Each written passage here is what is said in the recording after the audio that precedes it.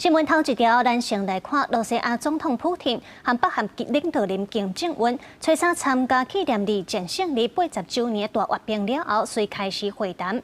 金正恩表示愿意帮助罗西亚来解决任何困难。也那普京是伫咧记者会有讲，若总有机会会和乌克兰的总统泽伦斯基见面，也毋过爱伊亲身去到罗西亚。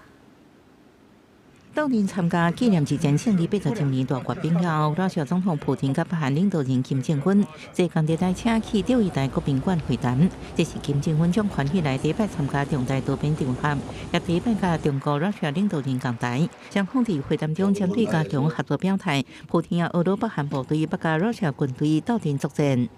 아까도 말씀드렸지만 내가 당신과 러시아 인민을 위해서 할 수 있는 것이 있다면 또 해야 되는 것이 있다면 그 형제적인 그 의무로 우리가 감당해야 될 의무도 간주하고 모든 걸 다해서 도울 용의가 있습니다.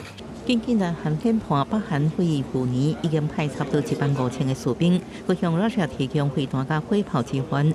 普京了后伫北京举行记者会，讲到甲乌克兰局势，伊表示袂用领土来交换，换出乌克兰安全保证，也认为乌克兰总统泽伦斯基应该去莫斯科甲伊会面。Можно, я никогда не отказывался от этого, если эта встреча хорошо подготовлена и будет вести к каким-то позитивным, возможно, результатам. Кстати говоря, Гомель попросил меня, если возможно, провести такую встречу. Я сказал, да, это возможно. Ну, в конце концов, если Зеленский готов, пусть приезжает в Москву. Такая встреча состоится.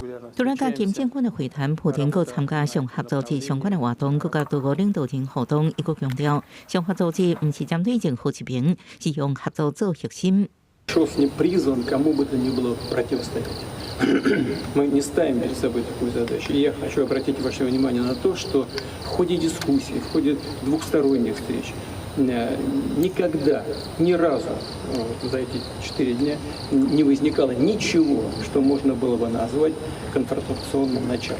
普京甲金正恩伫北京的会面，有那顶现象边密切关系，也释放出对外界政治信号。今麦金正恩可能甲中国国家主席习近平举行双边会谈，甚至传出希望举行中欧朝3方会面。国际社会咧高度关注这3个领导人的互动，甚至进一步挑战今麦国际地区。公司新闻陈慧珍报道。